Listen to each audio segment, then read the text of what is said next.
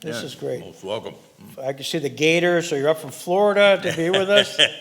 Well, I very much thank you for this opportunity and the chance, those of us that find this really enlightening, it's really enlightening to know what happened then. Well, it's been great for us. Now, I know where you showed me a little bit, but since we're going to talk about your life, your legal life, your life after being in the law, and just your interests, so we're going to go the full spectrum. But could you tell me a little bit about your mom and dad? Sure. My mom and dad both went to Chautauqua School. My father graduated in, I believe, 32, and my mother in 1934. My father was with a group that was on the state champion basketball team for the years, I think 32 and 31, possibly 33. And my mom, when she graduated from Chautauqua, went to Florida Normal School and became a school teacher. My father had some kind of a scholarship from the University of Alabama, so he went there, and people asked me why.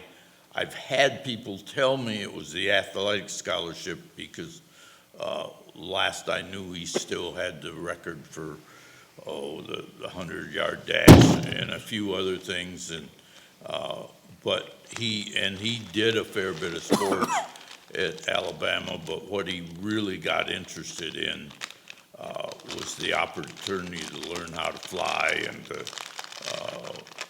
be with ROTC and that group. And from there, he was promoted to various levels and learning to fly at Kelly Field and those kind of things. And he was on an engineering scholarship at Alabama, but he stayed with basically the flying part of the Army Air Corps at that time, and they started taking him up the ladder. He left college before. Darn, you have to excuse me. I did this the other night, and I'm going to pause for a second here. I get to get a glass of water. You want a lightsaber? Well, he went in right at the beginning of the war. Okay. Of course, he went to school a lot, Yeah. so. Yeah. Wow. No.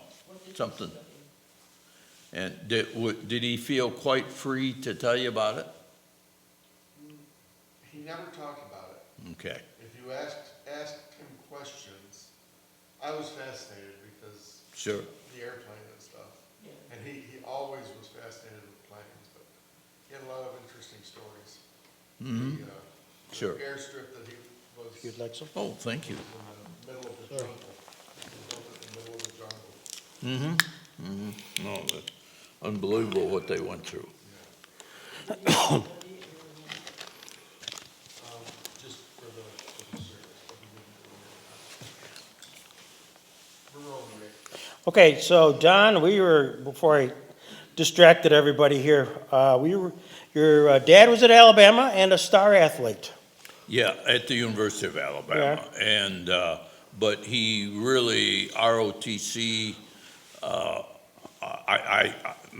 no one that I really know was, with him. I don't know, I think he was a damn good athlete, but what he was in there was for the opportunity to fly and those kind of things.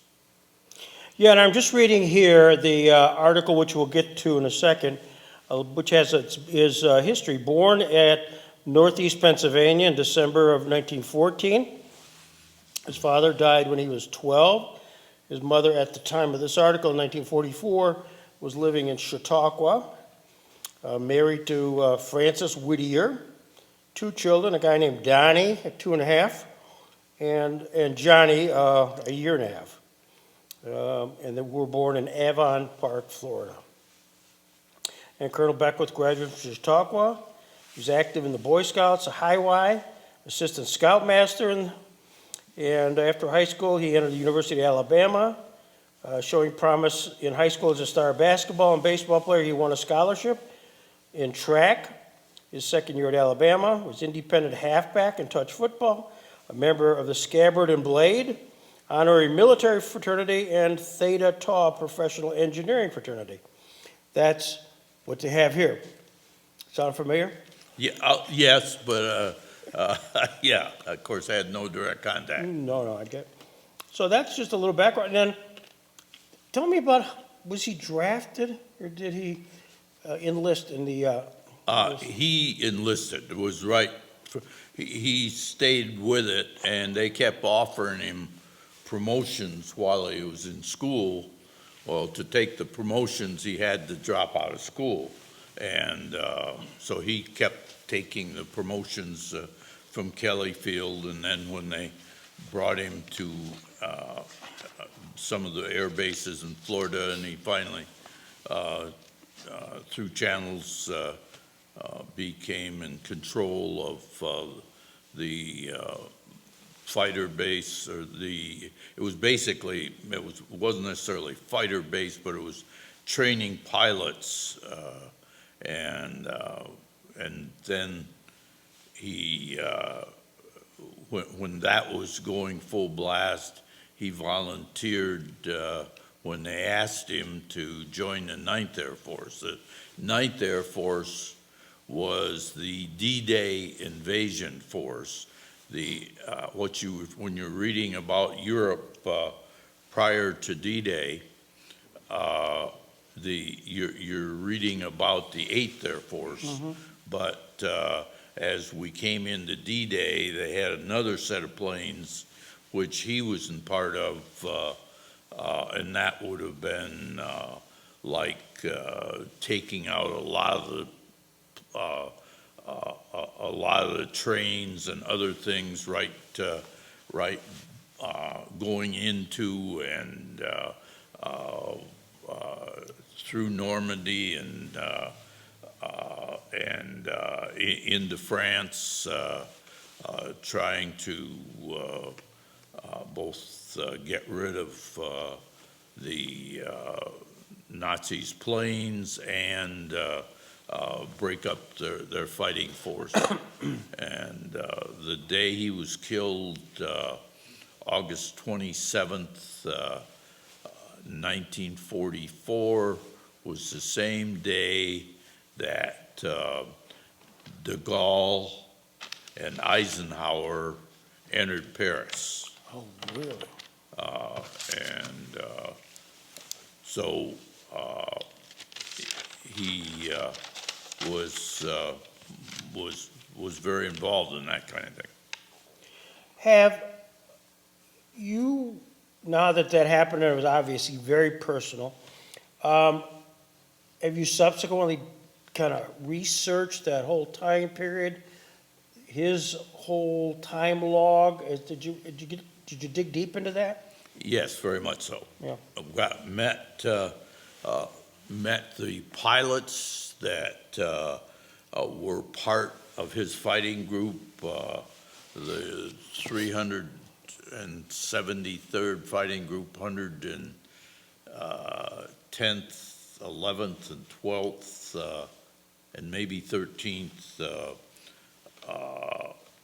of the platoons that those fighter groups are the ones he led, and flew with them and went through Europe with them until he was killed. But I've had the privilege of going, and this was of course 20 years ago, going to the P-47 reunions, and they tend to group all the people and was really given a great reception. But took them to, had a friend that was rebuilding the World War II planes right there outside of Orlando where the convention was, and went there, and we all talked about the planes and each one, how they compared, and of course, the pilots knew that, and then went back to the hotel and talked to the guy that was on his left and right wing when he went down, and a whole bunch of things like that that were really interesting. And then managed to make a contact in France, and we've had 2 occasions now to basically go right to as of D-Day, he was flying off near Kent in England, but when the D-Day was over, they were getting some airfields in right behind where the bases were, and thousands of planes were going out of there. And he commanded one group of those, and that's where, and they were moving from there to Belgium, but he was killed while he was flying out of there with a group of squadrons. But I've had the chance to go there. That field is a cornfield now, and we had a French lady who was also a very good friend, and her husband is, that took us on the tour, and Marianne was along. I by coincidence also have an uncle that from Stowe, whose parents owned the Stowe grocery right where the ferry is, and he kind of held my dad on a pedestal, and married my dad's sister, and he ended up flying P-47 Thunderbolts too, but he was killed, and he was in the 8th Air Force. He went before my father went, but he was killed on July 31st, 1943.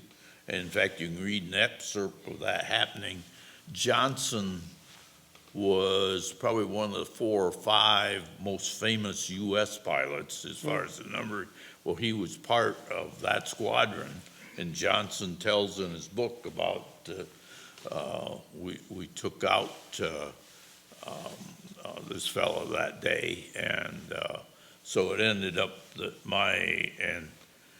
he was due to have a child born in September, so it ended up, and I had been born former December of 41, so we had a particular feeling for things because other people just didn't understand that, of how that happened, and you don't have a father, and what happened to your father, but this cousin is still alive. She's in her 80s also and doing real well, and lives in Orlando, but it went to exactly where the crash site was, and met a bunch of people that were right there at the crash when it happened. And it's funny, which about at the time we were there, about everybody that really knew what they were talking about were women in their 80s, because the Nazis, and so they were about 12 years old at the time they were there, and it just happened right. And the plane skidded in. He made a perfect belly landing, and they thought he was okay, but he hit an underground railroad, and the plane flipped over, and he burned. And those girls were right there when that happened. Of course, that shocked the heck out of them. But there were no boys that saw it because the boys were either hidden or just were not around. And this was also at Normandy. When we wanted information, Sure. we went to women that were at that point about 80 years old, because they were there and saw it, and no one, the boys were slaves or fighting in underground things. This is remarkable. Where's the location in France? Is there a city, town nearby? Where it happened? Yeah. In fact, they have named the square in the town after him. It's a little town called Ambleny, spelled just like Amble in New York, N-Y, Ambleny, which is the area of Soissons, and this is northeast of Paris. This, in other words, they were chasing the people leaving, the Nazis leaving Paris, and strafing them and taking out their, their tanks and their trains and particularly their big equipment. They named the square after him? They named the square after my father. Oh, golly. And Mary Ann and I have been back and seen that and really felt really great about that they had, the townspeople, when we went there, the townspeople had a real celebration for us. We weren't expecting this at all. I mean, the champagne and everything was pulled out, and these were largely the older people that had contact, but we had a real party, and the mayor was there, and the county executive was there, and it was and then the farmer, went with us up on the land, and there was a tree, which I have a picture of the pictures of the tree that where everybody can remember where it rolled right up against that, and that same tree is still there, and it was kind of, if you'd been through that and you wonder, you spend all your time, all those guys got fathers. Like I was in a class of 30-some at Chautauqua School. I was the only individual in my class that had a single parent. It was that unusual from the shift, and it was always, so you always had that, a little bit lonely in your guts that, well, you didn't have this and you didn't have that, and it was really good to find out why and how. How did you feel? I mean, you planned this, you didn't know what to expect, and now you're physically at the location where your dad had passed.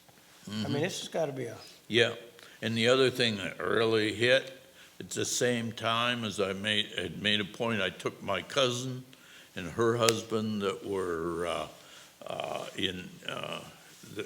flying the other P-47 in June. We went to see his gravesite. Well, we also went to the gravesites of both her father and my father. So while your we dad were is there. buried there? Yes, Wow. I think my mother made that decision, and that, she had that option, probably 3 or 4, but, it reaches a point. Is there a military cemetery, or is it? Yes, it's one in the very east of France at Nancy. Yeah. And her father was buried where we went to, right, I think it may be the only U.S. cemetery in Holland, but his cemetery was a real big one in Holland, too. Did they subsequently describe, it sounds like in the plane, your dad was the pilot, correct?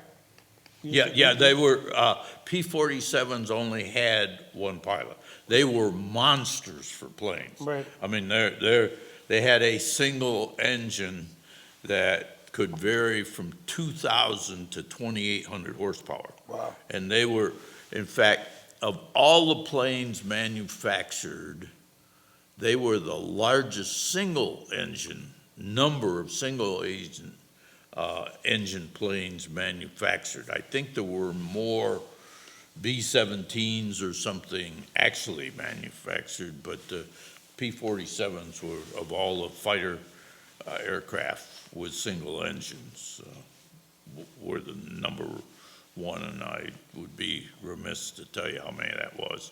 How many crew member were there? None. None. See, just one pilot. One pilot. Yeah, but No- they no were crew. I mean, the planes were monsters. When you can imagine when they were running over 2,000 horsepower, and then they kick in the superchargers and get up to 2,800, and those things would, I mean, they were big, and they were, and there was always a debate of the P-47 Thunderbolts versus the P-51s and what, and they were two planes for two different purposes, but they both really made. Incidentally, my uncle, his name was Jack Horton, and say he was born in Stowe. His parents ran the store there, and he went through Chautauqua School, and I think went to Alabama also, but ended up one of the early pilots in the European theater. Was there, when your dad, I think you said you talked to pilots on both sides. Yes. Did they explain what happened? Did he get hit? Was it mechanical failure? What? With him, they had left this airfield right at the back of Normandy, and were flying out basically to get the Nazis that were leaving Paris, and they got all the way to the Rhine, and it was an extremely cloudy day. You just couldn't see anything, and way down to the tight to the ground, and they went almost all the way to the Rhine. They were afraid they were going to start having fuel problems, so they turned around to go back, and my father, being in command, was in the front plane, and the rest of the formation behind him, and they were on their way back, and he got a call from one of the pilots, and he says to him, "Captain Rudolph, what do you?" Says, I saw a flash of light through the clouds. I haven't seen anything. And he says, "Colonel Bennink, what would you like me to do?" And he says, "I'd like you to fly down through those clouds and see if you see anything." And this Captain Rudolph told me this out of his mouth. It wasn't here, someone else. And he said, "Well, you want to know what's here?" And he pushes on the button to his 50 caliber machine guns, and all of a sudden, crah, boom, a massive explosion.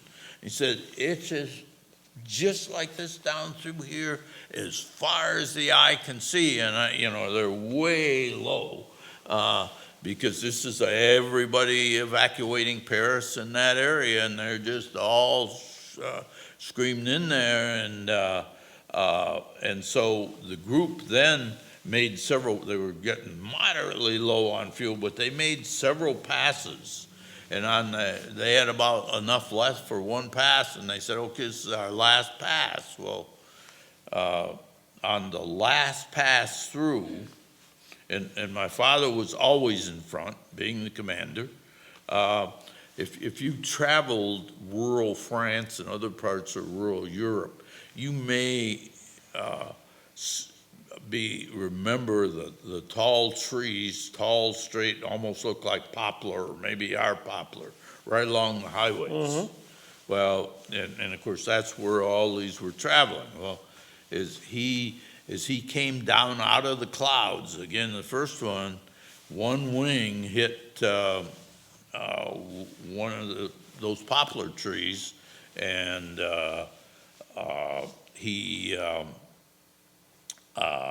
it took his wing off, and they saw him, and his other parts of his command saw him as he hit the ground. They said they thought he might have made it because he made a perfect belly landing, no problem at all, in a big field. He went for quite a ways on his belly, but apparently what happened is he got to the very end of the landing pattern is they hit this Underground Railroad, and the plane flipped right there. I've been there and seen where the Underground Railroad was, and how, how and where, and flipped over, and it was, caught on fire, and he burned up with it. But I've got a big share in the office of my possessions from that. I've got his burned out watch. I've got my burned out baby shoe that was on his gunnery ticket. I've got quite another pieces of burned out things that the people right there got it off him, and they buried him. And sometime a few hours later, the Germans were aware of what had happened, and they were going through, and they went and put the pressure on everybody to find him, and they and some crazy things happened to that. They wanted to be sure and everything was there, but typically they took among the things they took was the 50 caliber machine guns that were still, of course, on the wings of the plane, and they went to ripping the 50 caliber machine guns because they didn't want the local people to have a way. I'm talking the Nazis are ripping these 50 caliber machine guns. Well, one of the guys, and it was a real hard, one of the guys literally tore his thumb off ripping it. I mean, that was just among the stories that the people had, that when we were at that meeting in the city was, just the oddball things that happened. And they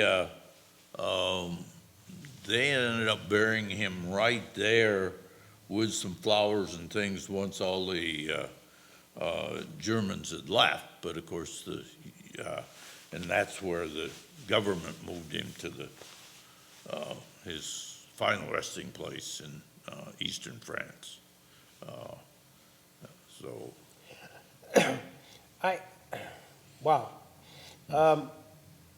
Being there, I had a similar experience, and I won't, for the camera, I won't get into it, but I can't imagine your emotions on many fronts. One, your dad, of course, and two, I'm reading the article about your mother's parents getting the letter and then conveying that to your mother, and just reading it, that aspect of it, and how that played out to a 2.5-year-old. Do you have recollection of that? Do you have a corporate memory? I of was that? 2.5. Yeah, I'm just going to wonder how that meant. That aspect of it, I mean, I have the feelings that they had, months and into years later, Sure. When I'm getting maybe 5 or 6 or something. But yeah.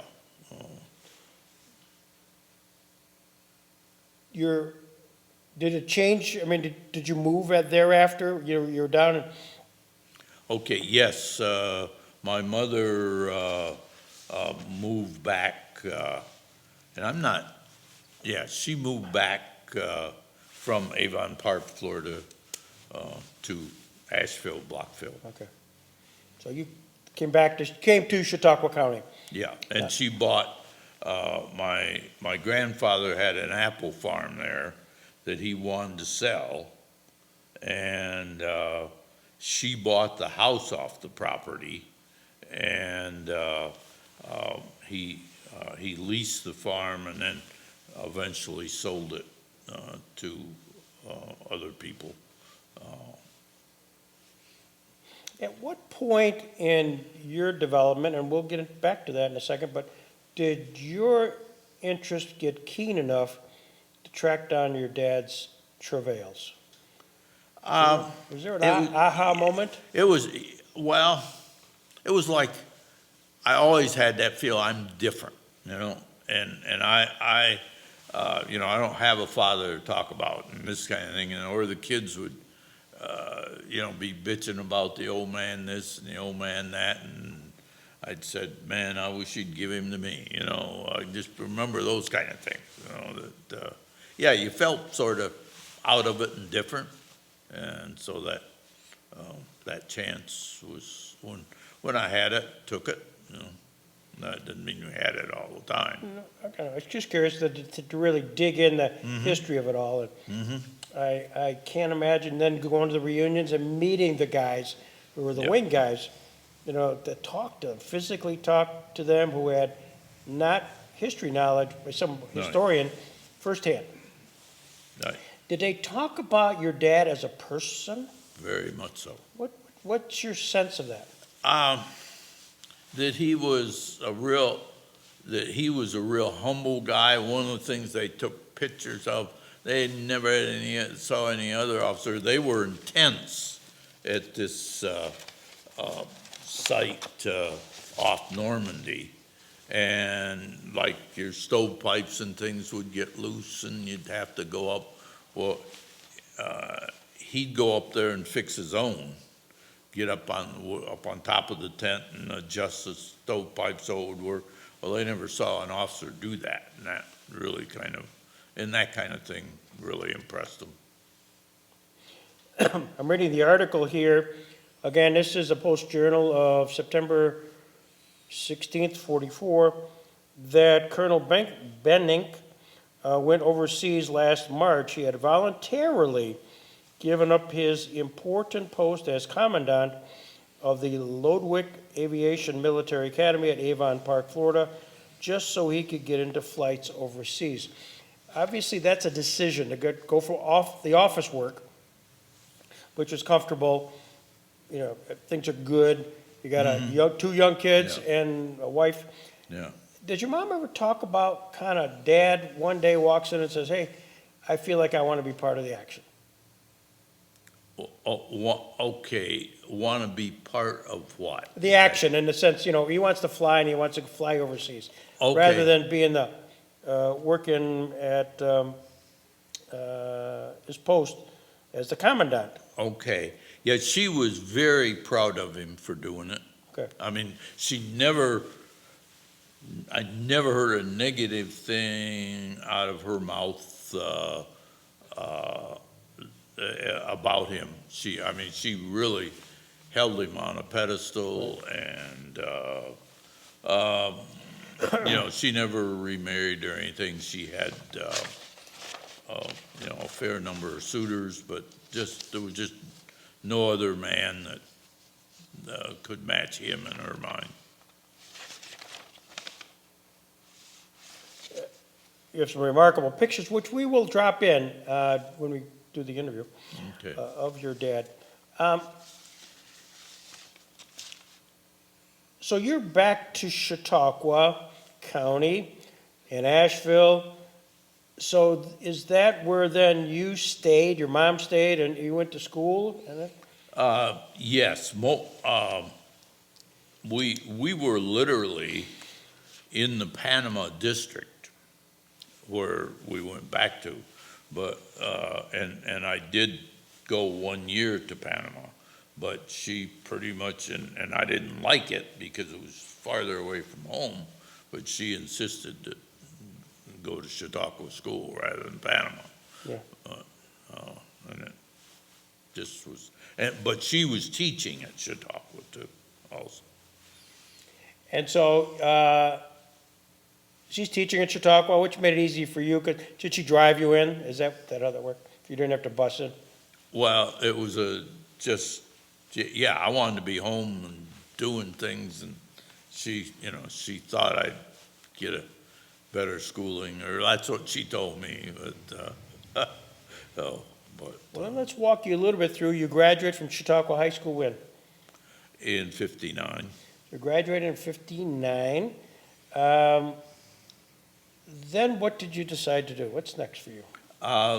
Went to college, immediately, Where's that? Cornell. Cornell? Was agriculture going to be your world? It was science, physiology, genetics, nutrition, kind of really were things that I was interested in, and things that could do a particularly good job of taking care of the animals at that era. So I should, where you grew up with your mom in Asheville, had it been a farm? Was it a farm? Okay, when she went back from the war, yes, it had been, there were livestock on it, and very typical of what was then. It was very common for a farmer to have some chickens and some pigs and maybe milk some cows, and the GLF ag company would come by and pick up the eggs 2-3 times a week, and your milk hauler would pick up your milk, and this is small amounts, now 4, 5, 6 of the 85-pound cans, and the typical farmer had a variety of types of things, but the farm we happened to be on had it did all that, but and this was owned by my grandfather, but it was the apples, and in that area were quite unusual. Well, it's Whittier. Is this Whittier Farms? Whittier Farms. Mhm. Okay. And I see a picture here of a couple of Okay, cows and a young yeah, guy. That's a little bit to give you an idea when we get talking about Clyde Anderson and the barn. Okay. That fowl, and it's a little hard to imagine the ages, and it is for me today of some of it as it went through that part. And, Sure. Yeah. So let's go back to schooling. You graduate from Chautauqua High School in 1959. You go to Cornell. And then what? Right out of college, I rented what was a 35 cow tie stall barn at Fredonia, and kept growing it. Had some challenges. I had a fire that set us back quite a ways, but just kept trying to get larger and follow what the most successful producers in the area were doing, and trying to follow on their heels a little.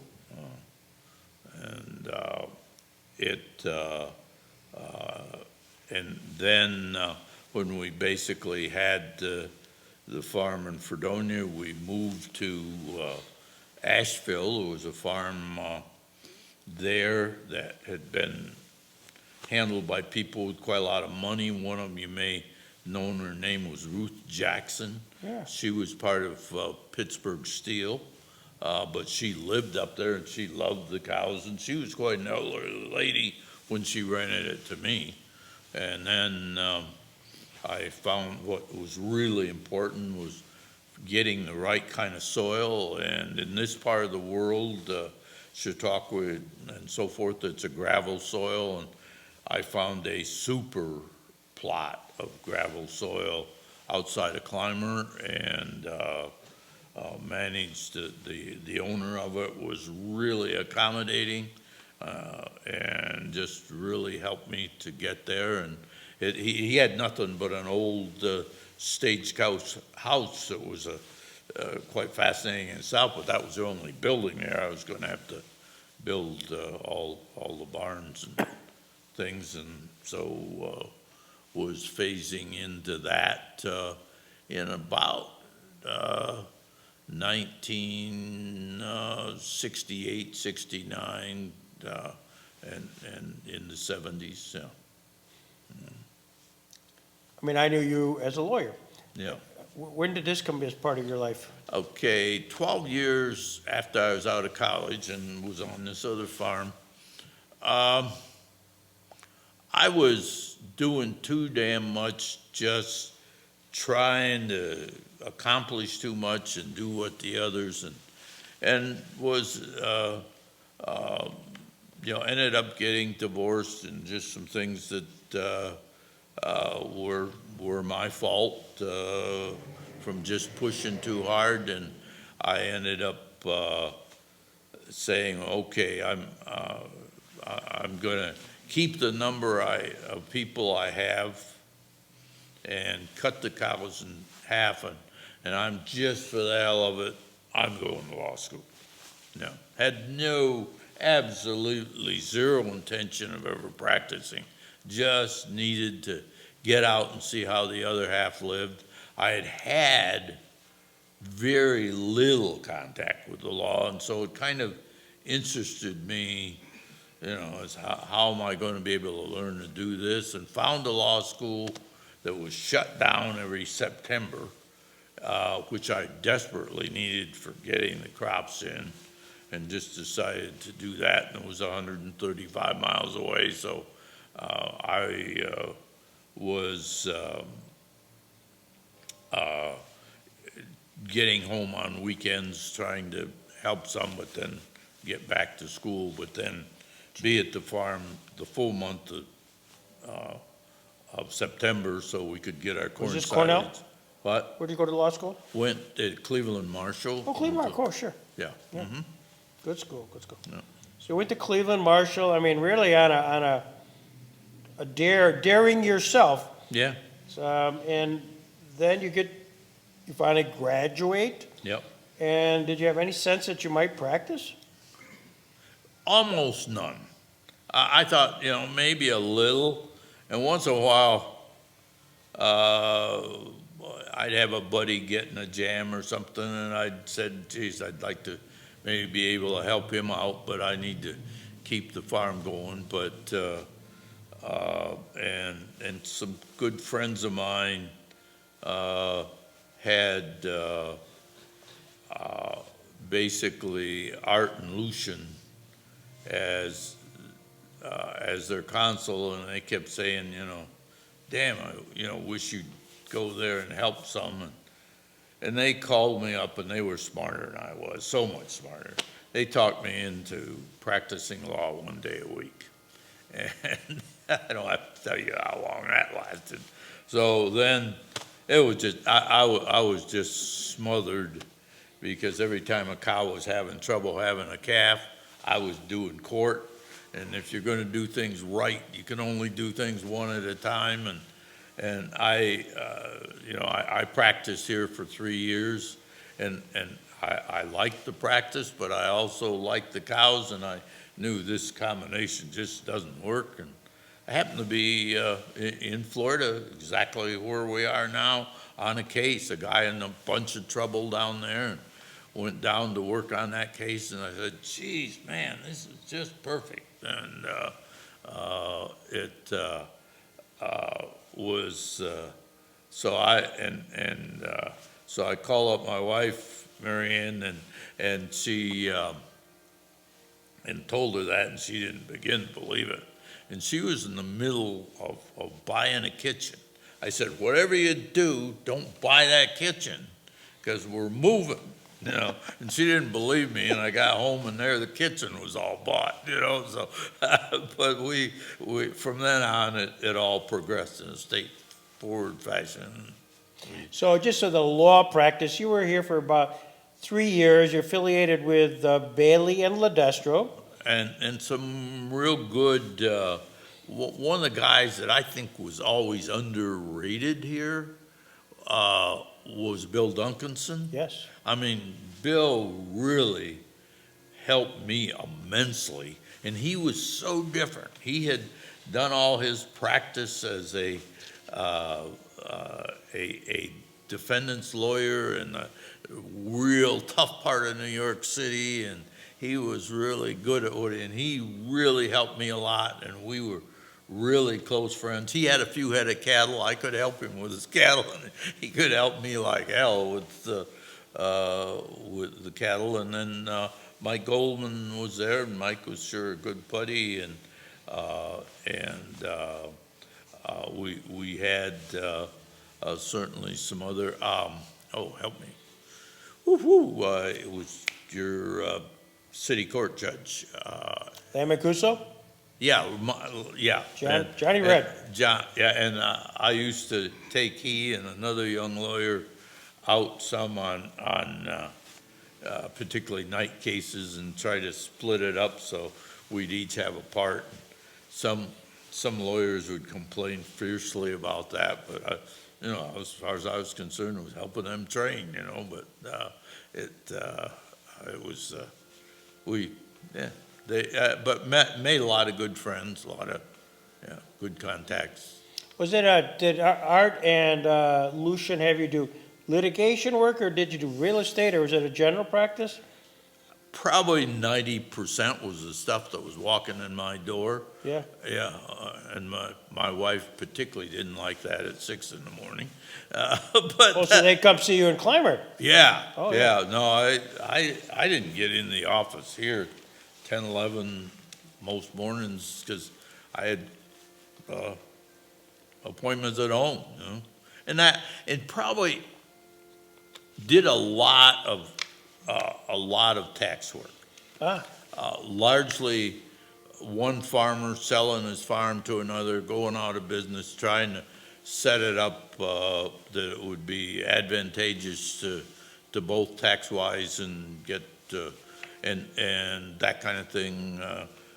Probably 80% of my clients were farmers, one way or another, Yeah. and so it was just it was, and there was really no one else right in that part of the county to do it. So I ended up doing some of it I then. was just trying to mentally think of people in your neck of the woods. Other than Clinton Meter and Sherman, Really good guy. I'm drawing a blank. Yeah. I don't know of anybody. There would be now, but then No. there was almost no one. Yeah. But there are 2 or 3 have since. Yeah. And you were sent down to that case in Florida. Was that a Bailey Ledestro case, or how did that work? You remember? It was kind of a what Bailey and Ledestro did with the Reeds was real heavy, and this was a case that This is Norval Reed and that and auction. Ronnie and Junior. Yeah, yeah. But they had a group of cattle down there that'd come from here. They'd sent that that hadn't been paid for and weren't getting paid for. But there were some other things that needed handling with the guy when we got him there. So it was and it was a guy I'd worked with. So it was a little bit of everybody. Yeah. So you developed a relationship though with the Reeds, didn't you? Yeah, yeah, nope, I ended up buying them out because they went different direction themselves, but, Ronnie, of course, is passed on, but, Junior's still going. Junior lives 5-6 miles down the road, and, we, beat up on the world probably about once a week. Yeah. So what is it that did you think to buy some lands, some cows? Because I know you and Holsteins became best friends. I mean, that's your world, Holstein Or cows? that was the Holstein cow, yeah. I always enjoyed the genetics aspect of things, and Ronnie was more of a trader. He would rather buy and sell, and I would rather really build a top-notch herd and work. So we made it work. We didn't agree on that, but we made it work. And then he got to the point where he was wanting to cut way back on things, so I basically bought him out. So when you're in Florida, I mean, you're on this case, you're looking around, this is neat. Call Mary Ann and say, hey, stop what you're doing. We're going to make this thing happen. how soon thereafter did you make things happen? Right away. Really? I mean, we picked out 2 or 3 farms and negotiated on them. I took her down to look at some. Some she liked that I liked, and some she didn't. And I tried to, give, but you gotta have a farm that'll feed the cows, but we managed to compromise, so we ended up with, what we, ended up with. And we peaked at 13,000 head, so we ended up with. 13,000. Yeah, so we were pretty busy. That's, from our perspective in Chautauqua County, kind of the biggest of the farms is what, 600, 700? Today, there'd be probably 2 or 3 that have broken 1,000. Yeah. But boy, we lost people too. It's just been a tough game of late. Yeah. So where were you located, or and are located? Because you're still. Yeah, still, we haven't moved from there, still doing some things there, but Gainesville, they're in the northern part of the peninsula, right, relatively close to the Gulf. So peaking out at that huge number, that's a lot of cows. Was the milk then your market there in Florida? I mean, that was, A good share of the time, it was an excellent market. We had a few things for several years that caused it to crash, and a lot of people were pushed out of business. And we had some years that were pretty tough, but we, ended up coming through them pretty well in the end. But there were some tough years. Milk brought in from other parts of the country, and some of it without good reason. But but now they're kind of short on milk. so have the individual owned farmers, have they been, the guys that survived like you, are they bought out by big corporations? What's the? It'd be almost anything. There'd be other dairies. There aren't many that, and it took us about 4 years to get it sold, as far as in dealing with people and what, we had lots of lookers and lots of, but a lot, if you've got good land, there's a real good chance that crop farmers are going to be interested. In our area, peanuts and watermelon are really popular, and so there's a bunch of growers grow a lot of hay for cattle in Florida and elsewhere in our area. The citrus industry, which we were north of, went through some real problems. This citrus greening has really wiped Florida out. It seems they're getting a little control of it now, but it really sent them for a real wallop. Cattle, Florida, you don't often think that way. I mean, if you're up here, you don't think that way.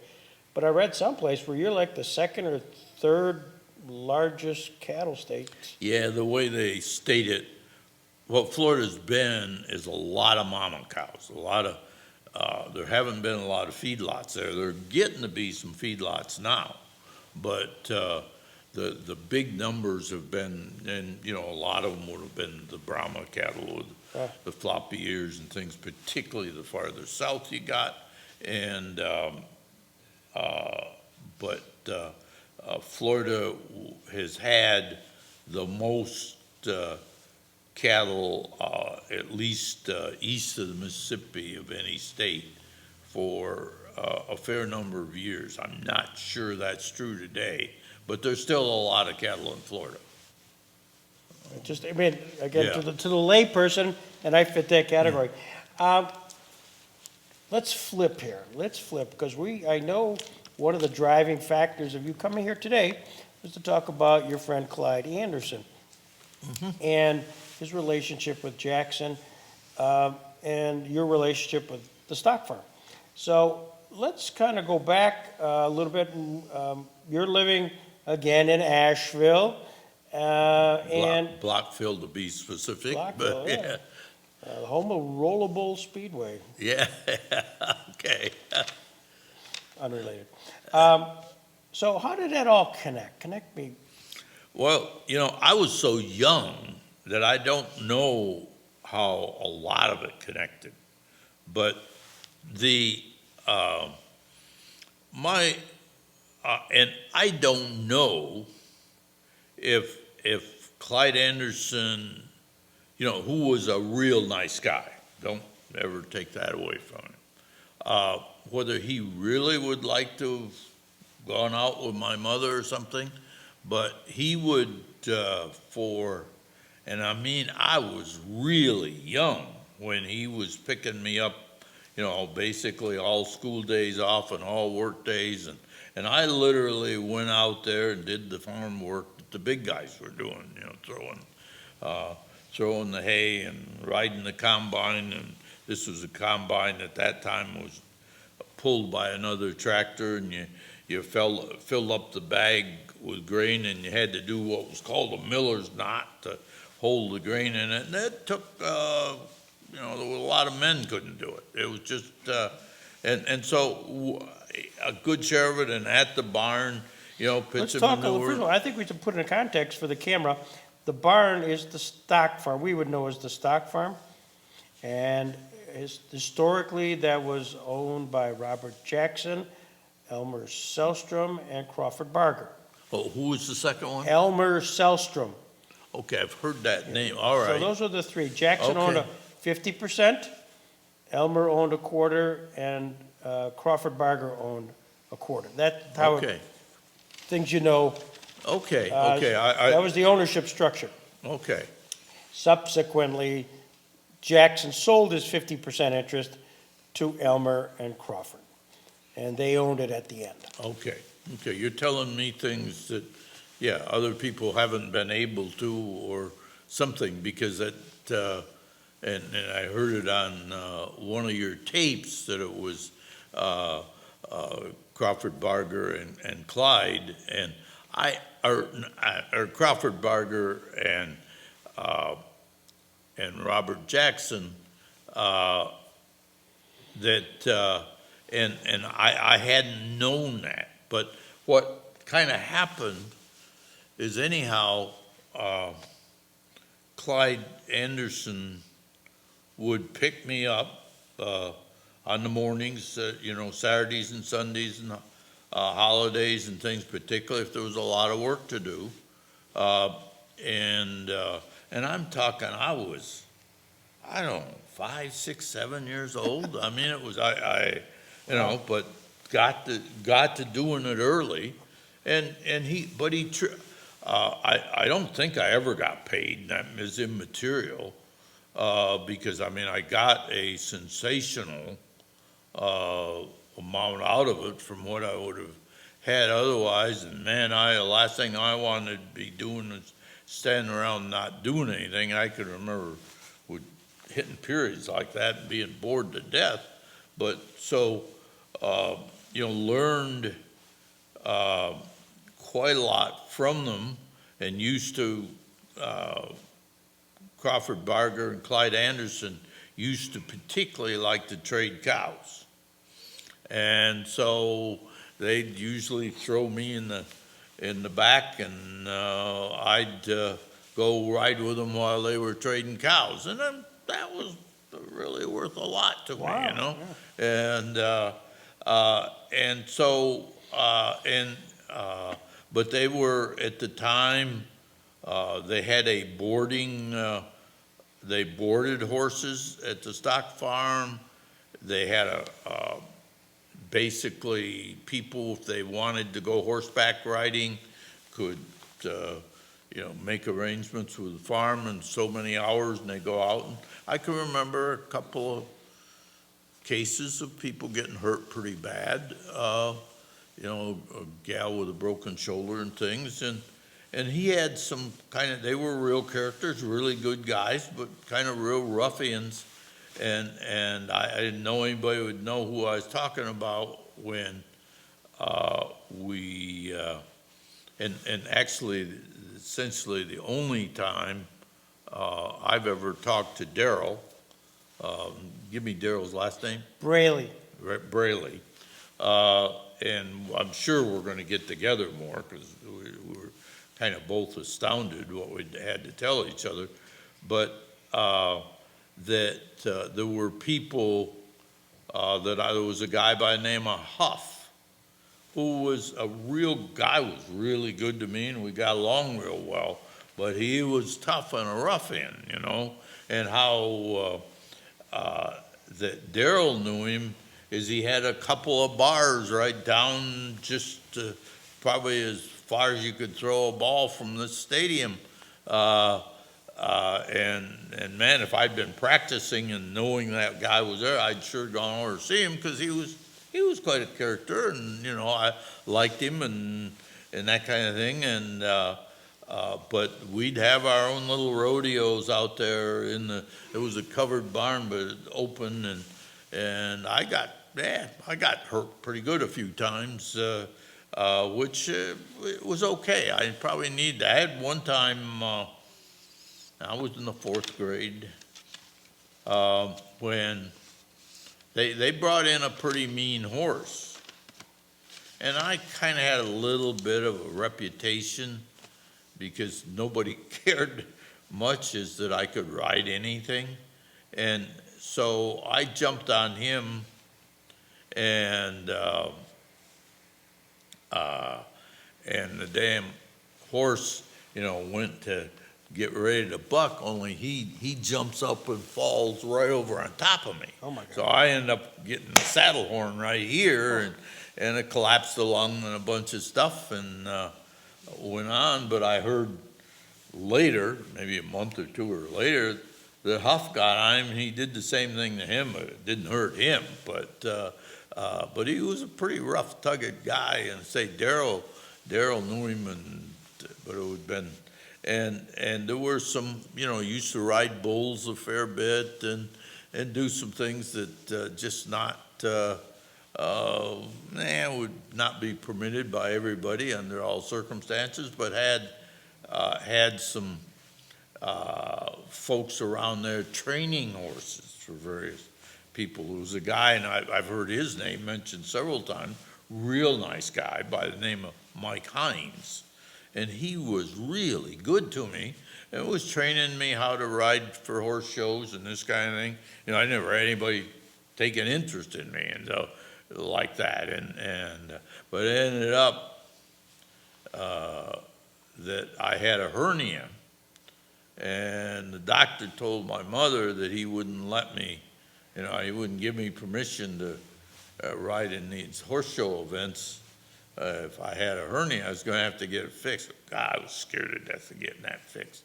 And I told him no, which was a huge mistake.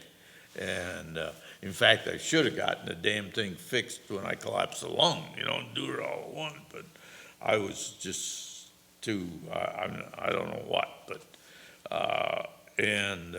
But they were certainly some good guys, and there'd be other people come in and out that would kind of get to know. But, you know, among the things was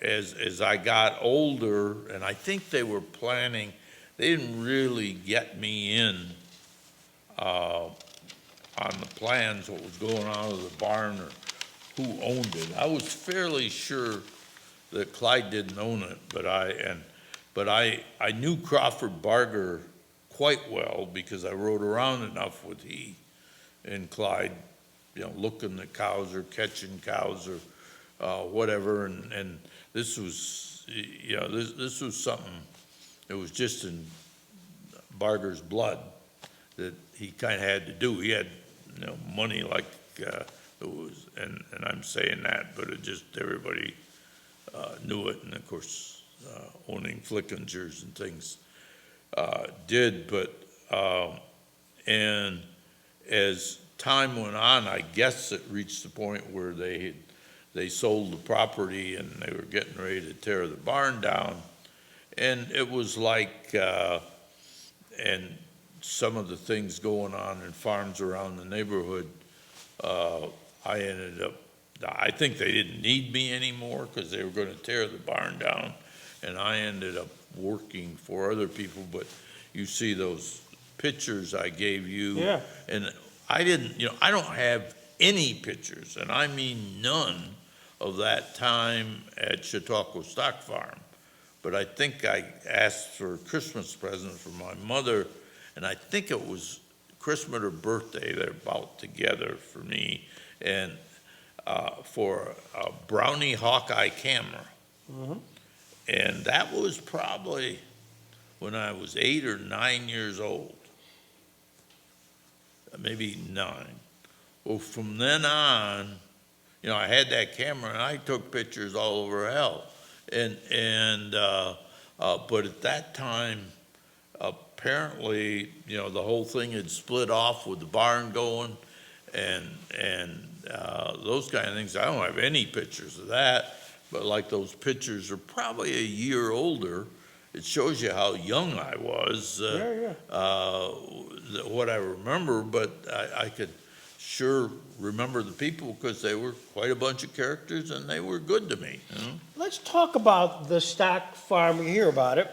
It was located in what now is probably, 394, and is it Winch Road? I think that's correct. It was located, the Perkins Restaurant Right, is right. apparently that's been torn down. But it was located from basically right parallel to what's the road going to Jamestown? Was that Fairmount? Yeah, that's Fairmount, yeah, Okay, 394. okay. It was right parallel to the road, real close to it. Yeah. And was quite long. So did you access the barn not from 394, which is Fairmont? You accessed it from the road which was perpendicular to that? Or- Yeah, the road that would go down the hill into Lakewood, you'd come up, if you were gonna go there, you'd come up that hill and kind of angle a little and go pull in the front of the barn, and all the traffic would have been right there. There would have been, as far as people coming and going.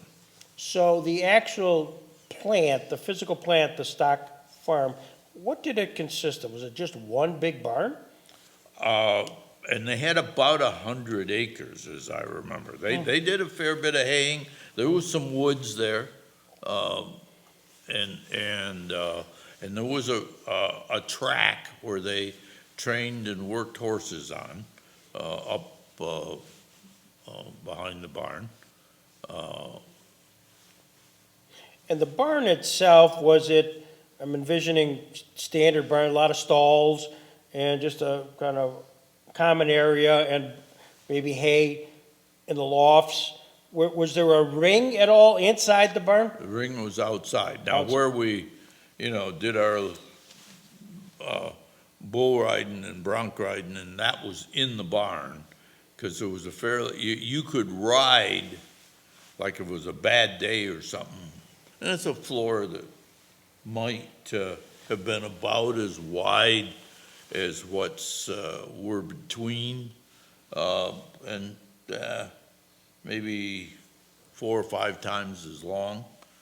There was room enough to, to train horses in there and buck bulls and whatever you wanted to do. How many stalls would there have been? Okay, there'd be both horse stalls and cow stalls. The horse stalls would be lined up and be parallel to, you're calling it Fairmount. The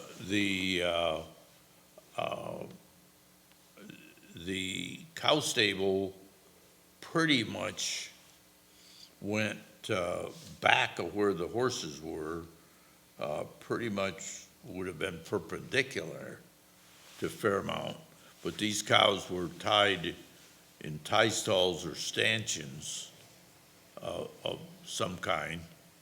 And they had a gutter behind them that you cleaned out by hand, and then particularly in the winter, rolled it up a ramp, and dumped it off the end, and then when the weather got good, got out there with a manure spreader and spread it around the farm.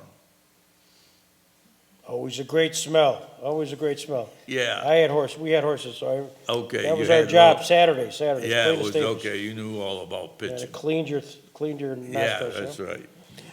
Were the cows, were they, milk cows, or were they? They were trading cows. Yes, they would milk some, but they like to go buy some and have somebody show up and want to buy a cow or two and sell them, make a buck here or there. And they had to teach me a lesson once or twice on how to keep my mouth shut and things, which they were good about, but they were a little upset. I remember one time they brought in a buyer and showed him this cow, and I was standing there. And I said to the guy, you may not want her. She's got that front teat up there. I probably call it a tit then. A front tit, it milks hard. You know, the other three milk okay, but boy, to milk out the other one, you really got to work at. And Crawford and Clyde were about, oh, no, that cow's fine, there's no problem. No, I mean, they got the argument started, and I didn't have sense enough, 9 or 10 years older and don't today, to keep my damn mouth shut. I remember I got kind of chewed out pretty good when that guy left, yeah. But at least I let them do their own trading after that. As for numbers, just a sense, how many horses might be stalled? I would think they would have kept 25 or 30 horses, maybe. And cows similarly? Oh, yeah, they'd come and go. Now, were the horses, did they own the horses, or was it stabled by other? Everything. Yeah. I doubt if Clyde and Crawford Barger owned horses much. I would say they were, some of your local people there would have been housing them there, but whoever the farm owners were at that time probably had some. I know I've read stuff where they were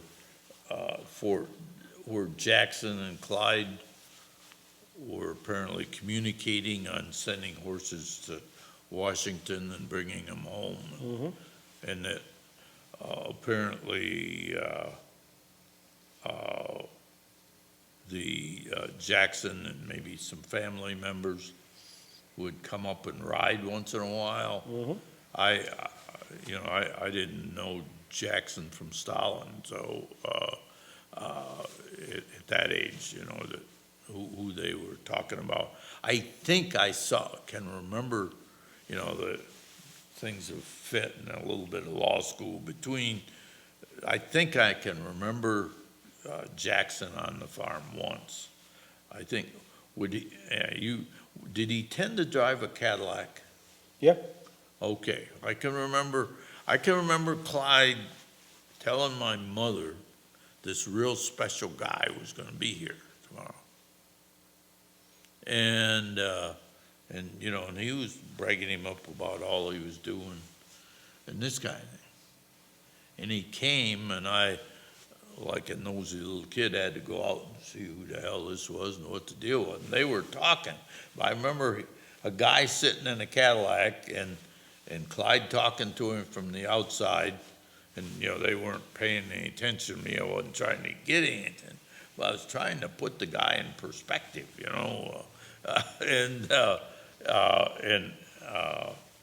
it's only afterward have been able to guess. What was Clyde's job? What was your perspective of him? Basically the manager of the stock farm. Mm-hmm. Now, see, that barn, as I told you, that barn must have been, as I left there, that barn was getting torn down because Daryl never saw that barn. No, no. In fact, and Daryl, until I talked to him on the phone, he and I had never talked together. Well, it's funny, I shouldn't, not knowingly, apparently Daryl served a lot of the private papers in lawsuits here, did he not? He And did. apparently he used to come in and out of Bailey and Lucian's office, and and I'd be going right through the same area. And apparently, we never met and talked, Yeah. but it sounded like it was in the same era. And, but I just So Clyde would have been sort of the operator of the farm, and your time period of when you would have a corporate memory of the farm is roughly when? So thinking that you were born in 41, you were 5 or 6, so that's when you maybe got exposed. Is that about 46? Yeah, the reason I put those pictures in there of me and is I think that was about a year or a year and a half later than I had contact with them. In other words, I was probably 11 or 12 when I had my last contact with them, With the farm? with the Lakewood Stock Farm. Yeah, yeah. So roughly, 11, you would have been, that's 52, 53 type of time period. And I honestly don't know when it was torn down. That's a research project for me, Don. I'm walking away with something I didn't. Yeah. I try to have other people do work for me. Yeah, Now I'm yeah, going to, like a note to self, yeah. when torn. And I'm, of course, particularly interested if Jackson ever had contact with the people keeping track of the parking in Chautauqua and so forth. Because they were pretty, as you know, they've always been pretty tough about letting traffic in and out. No kidding, still are. So what was the role? Would your dad have been early on part of the parking up there? Is that? Well, that was his job for the summer. Oh, Was really? it took over, and you'll, as you read those clippings a little closer, I think you'll see that. Okay. But after high school, I think he was headed for Alabama. Okay. Well, again, note to myself, how am I walking away with all these jobs here, Don? This is unbelievable. Not how this is supposed to work. So the stock farm, again, I'm visualizing a large farm, and we do have some pictures. I'll find it. I'll send it to you. And then Good. kind of parallel to Fairmont Avenue, outside the farm. You walk the horses out, from the stable, and you have a big fenced area where you're That was riding. up on the hill. Oh, was it up on the hill? Yeah, uh-huh. Okay, so you had to go up, kind of go out of the, Yeah, you went, like if you were coming up the road from winch. Lakewood. Yeah. You just keep going straight ahead through the farm. Okay, But it was up behind there, and there was some, I can remember, ambulances and things coming for people who got hurt, they had a real specific instructions that you were not to run those horses, and you'd get people in there that would, and the next thing you'd know, you were calling. I remember one gal broke her shoulder once. and the area itself, which is the corral, for lack of a better term, did they have horse shows there? Or is it just area to practice? I think mostly area to practice. Okay. You don't remember jumps or anything like? I remember, like Mike Hines and the guys, jumping horses and those kind of things, and go out and try to buy. They all like to buy one that there'd be a quick buck in or something that was special. But I don't remember outside competition. I think they went to the competition. Mm-hmm. And during that time period, your point of contact was Clyde. Yeah, I mean, when I got there to work, I would run into Huff and Mike, and they partly probably what got me mileage with them. I, didn't complain about using the pitchfork or whatever needed doing. And they were good to me, And then when the day was done, because you couldn't drive, then did Clyde say, "Come on, Don, I got to drive you back home"? I mean, the last day? Well, no, just generally on a daily basis. So Yeah, what days, he would pick you up at home? It would be, pretty much the days we were off from school. Okay. In that one period. And so Clyde would be your driver. Yeah, He'd yeah. pick you up, you'd work Yeah, there I with don't- everybody, and then when the day is done, put you in the car and drive you back. Right. And he'd stay around, Clyde sometimes stay around for quite a while after he dropped me off. Now, as I say, whether, to my knowledge, he and my mother never went out on a date. But she did date, she didn't want, but most of what she dated were other pilots. These were, families that were actually there and had pilots, and, yeah. Describe Clyde Anderson. He seemed to get along with almost everyone. I don't remember Clyde getting tied up with things. He was a friendly guy. There probably, I don't think I ever gave him a lot of nonsense, but the times I did, like the deal on the cow and some other things, there was another one where probably the last cow had sold to he and Crawford Barger together, and I had some people back, I was back working on the farms right there at home, and I can remember some of them really giving me a hard time about selling my heifer too cheap to them, and it was like it was things they taught me is, you make a deal and you keep the deal, do this guy thing, and this guy back behind me was telling me I needed to tell him he was cheating me out of this heifer and all this, and I can imagine, Crawford Barger being Crawford Barger, that's all he needed was to be pulling the rope on this heifer, leading her up in the trailer, and have some damn little kid there telling him, something like that. But I remember when I got back, that same guy gave me hell for not getting that heifer away from Crawford. And, you put up in the middle job.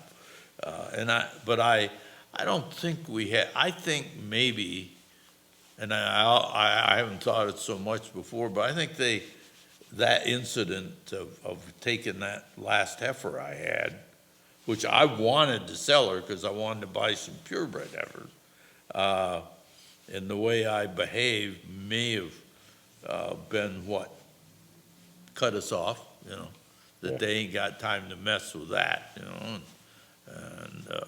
it's something to be real ashamed of today, but it's a little rough when you're an 8, 9-year-old kid and having older people telling you two different ways. Life lessons, these are all life Yeah. lessons. Was he a big guy? Was he? Yeah, quite large, and I'm guessing he was 5'10" or something. Mm-hmm. And that's and of course, we're talking, 70 years ago. Did he ever talk about Jackson? Do you remember ever that conversation other than? Other than there was this one special guy, and it was more like I'd hear him talk to my mother about her. Yeah. And I didn't put it together at all. Yeah. I didn't know what a lawyer was. Yeah. No, it was, it just is a little different angle, I think, than most people saw or had with it, but it was interesting that, as time goes on, that those events were happening, and you were right in the middle of it and didn't know what the hell was going on. Well, you're a kid, my gosh. But as you harken back now, given your career path, where ultimately you're at the farm, you get exposed through Clyde Anderson to a lot of things, hard work, negotiations, wheeling and dealing, and you learn the school of hard knocks. Did you reflect back? Did that have you think that was a set of skills that played out in the rest of your life? I think so. Yeah. Yeah, I mean, it was, opportunities certainly didn't have otherwise, Yeah. They were interesting times. So, Albert Goss, you gave me a file on Albert Goss. I didn't give you much of a file. I only gave you, I've got more file, and I know I've got some pictures of him, in uniform, both probably the mounted division and other thing, and I need to, and I'll go about getting them located for you. And I would think the mounted division here and maybe the sheriff's department would have, but it's quite a list of things where he was pretty tied into the county and. So he was a member of the Chautauqua County Sheriff's Department Mounted Patrol for over 50 years. And was the head of it for a number of years. Yeah, captain for 8 years. Past town justice. Yep. Councilman for the town of Arkwright. Yep. He was a bailiff for the Chautauqua County Court System, Mm-hmm. all of which screams Willard and Steve Cass. And plus, to run the fact, he was a Mason. And how did you befriend him? Okay, when I finished Cornell and got the first 35 cow tie stall barn and that kind of thing, he was involved in sales at a local farm co-op at the time. In fact, ended up running it. And we just had a chemistry that really clicked and clicked pretty fast. Yeah, it says here again, I blew right over it. In 1946, moved to the town of Arkwright, where he and his wife maintained a small horse farm and raised heifers. Mm-hmm. So now he's in your world. Yeah. In fact, we today have horses that descended from, we're down to 3 horses, but all 3 of them descended to Al's horses, and, from New York to Florida. Yeah, and, Wow. Wow. And so you became friends for life. yeah, we were very close. Yeah. And as a result of that was, you ended up with a Luger of his. How did he talk to you about that story? Yeah, he, and I think the accuracy, and somebody can be, but I think this, as he was placing it, I think this was during the Battle of the Bulge, and he was in an armored division, and I know he, in theory, directly answered up the line to Patton. He was a sergeant, so I mean, I'm sure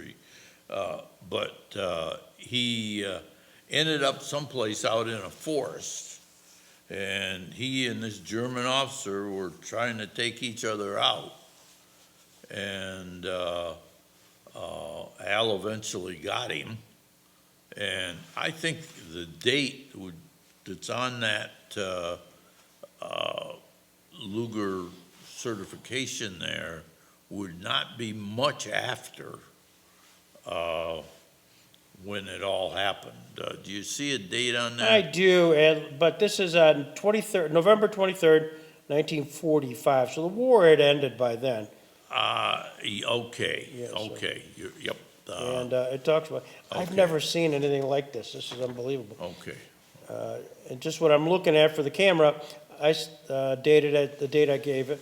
It says, I certify that I personally examined the items of captured enemy equipment in the possession of Albert Goss, and the bearer is officially authorized by the theater commander under various provisions to retain it as personal property. So they look at it and they say, it's yours, souvenir, and certified that they can be mailed to the U.S. I've heard of people doing it. I've never seen this. This is really cool. And it's one pistol Luger, number 6890. And I've got the real certificate Wow. to go with it. But one of the things also, if you guys decide you want to take it, for your permanent possession, we just gotta get one of our buddies that's got the proper permitting to carry that up here, and that could be lots of folks that, between us, we have contacts with. But I've made a point of, there aren't very many people at home that know I have it. That's something that just could be easily picked up and forgotten about real easy. Sure. So No, I don't brag about having that much, and I keep it hidden that somebody, they'd have to do a pretty damn good job of searching to find it, Well, that and your Honus Wagner baseball card, right? Those are Yeah, the two things? Okay. Oh, yeah, something like that, yeah, that big baseball card. I'm trying to get it out of him. I'm trying to see if he's Yeah. got that card. You got that card, yeah. Yeah, but we can, Well, here's what I exactly do, because I know exactly the game plan. Judge Cass, who's Willard Cass's son, Steve. and I know him moderately well, mostly through Lucian. Right. But, as you know, they were, and in fact, one of the things he wanted to do very badly was to get a chance to shoot an alligator. That's quite a project. There's lots of alligators in Florida, but boy, they protect them. Did you do it? No, it was like, that's about when Lucian and his dad got real sick, and Yeah. but I need to get in contact with him and see if it can be done. Well, Bill is, God bless him, has gone through some health challenges, but he's out there hunting. So wonderfully, I guess you should say. They've shot just about everything else. Yeah, wow. I mean, Sure have. you've been in their house? I have not. Oh, my gosh. It's a museum. But an alligator. Oh, Yeah. oh my Yeah. gosh. I'll see him in a week, so I'll ask him Good, about alligators. good. Ay, And ay, ay. tell him we're saving them up for him. So you knew what we were going to talk today. What's the question I should be asking you, Don, that I haven't asked you? I think, I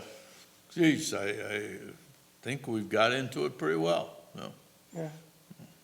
And I really appreciate the humbleness of the way you handled it. Life goes crazy directions sometimes, and I really want to watch more and more of your tapes, and I've got a bunch of people watching them. I think there's things out there that we don't know yet, and I agree. and just that we can maybe get a direct connect. Well, we'd be honored to anything, and just to chit chat a little bit. Sometimes you never know. I'll give you, like I just asked you the question, what should I be asking that I didn't ask? And this is so bizarre, Don. I was in Nuremberg, and it was the 60th anniversary of the Nuremberg trial, and they found a couple of people who were part of the trial, who were going to be on the conference. My head explodes. Like, wow, I got to meet these guys. I've got to interview them. One of them was a German lawyer who had been the number 2 attorney defending Rudolf Hess. I mean, you go, whoa, Yeah. he's still alive? Got to be kidding me. So I Yeah. make all kinds of plans to interview him, and we did. And that was magic. And at the very end, I asked the same question to the attorney for Rudolph Hess. What's the question I should be asking you? And he could speak really well, his English very well. He goes, well, you didn't ask me about the time I went to Washington and met with Robert Jackson. I go, what? Go ahead. In 1952, now the trial ended in 46. And so this guy was traveling, and he went to Washington. So he just, on a lark, said, you know, the chief prosecutor was Robert Jackson. I would like to see him. So he literally walks into the Supreme Court, walks upstairs, knocks on the door. His secretary, Elsie Douglas, goes, hi. He goes, and your name? You know, and he mentioned his name and your reason for coming here. And he goes, well, I was one of the defense attorneys for Rudolf Hess at the Nuremberg trial. So she goes in. Next thing you know, he's like, wow. And so they didn't know each other really, other than, you know, there's so many attorneys. So they met, talked. Next thing you know, he calls his wife and says, I'm bringing him for dinner. Next thing you know, he spends the night there at his house in Hickory Hill. Next day, they're horseback riding together. Now, I'm Yeah. telling you, Yeah. you could never have ever in your wildest dream No, gotten that story, no, ever. no, You know, no. here's Rudolph Hess's attorney Wow. riding horses with the chief prosecutor in Virginia. Yeah, no. You just never know. Now, on a personal note, you touched me, Don, on 2 points. One is I, too, got the aha moment to track down my grandfather, who was not killed during World War I, but was gassed, and got the letter similar to what your mother got, missing in action. And they thought he died. So I tracked down all the places in France, finally went to the place in France, called Corma in France, where he was gassed. Went to a hospital, they thought he died. Obviously, he's my grandfather, so he didn't. But I went through the experience kind of like you did. Sure. The other one, which is, I'm going to probably tear up here. My daughter married, has 2 kids, and her husband died. You know, and my grandkids are 2 and 5. So what you went through as a child is what they're going through now, and I, as a grandfather, am kind of trying to fill a void. Sure. But Sure. it ain't the same. So all that loneliness, and then my, Yeah. 8-year-old now is just going through the same emotional. Every time she goes to a softball game or whatever, there's dads all over the place. Yeah. And as best as my daughter can help out, Sure. it ain't the same. Yeah. So Great. I'm going through that which you went through, and so what you were explaining it, I kind of really hit home. So I don't know if this is not camera worthy, but it's that's No, it sure, Yeah. hey, that's right to the heart of it. yeah.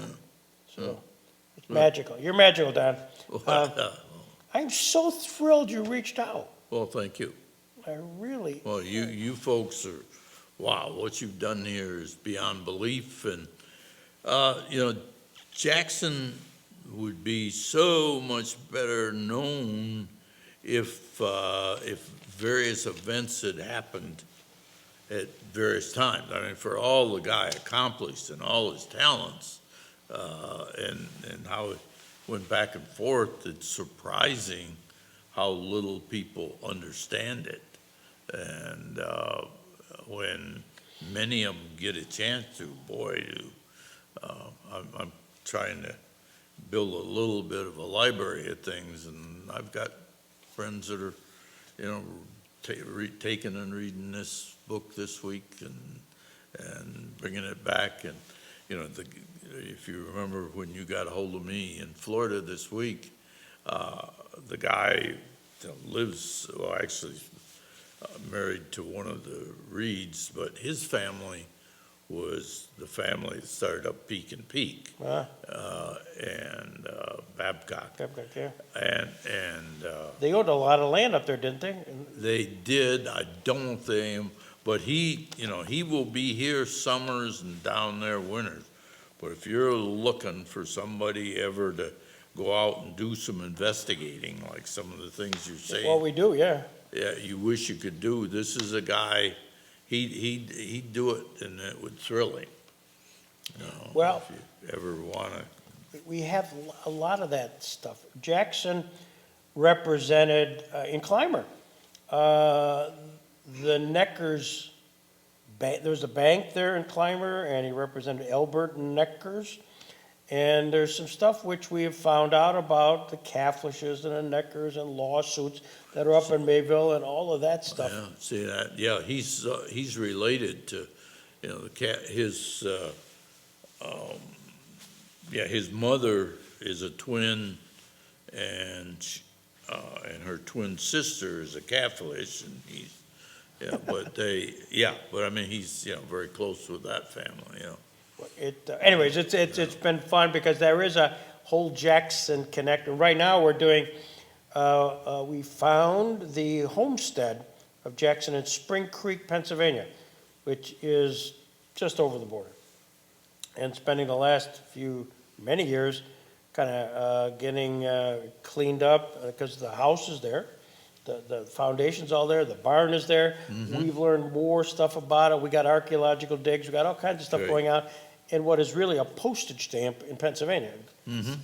It's a four-corner, but it's a hoot. I love it. Sure, Sure. You can do law, or you can have Yeah. as much fun doing this other stuff. yep.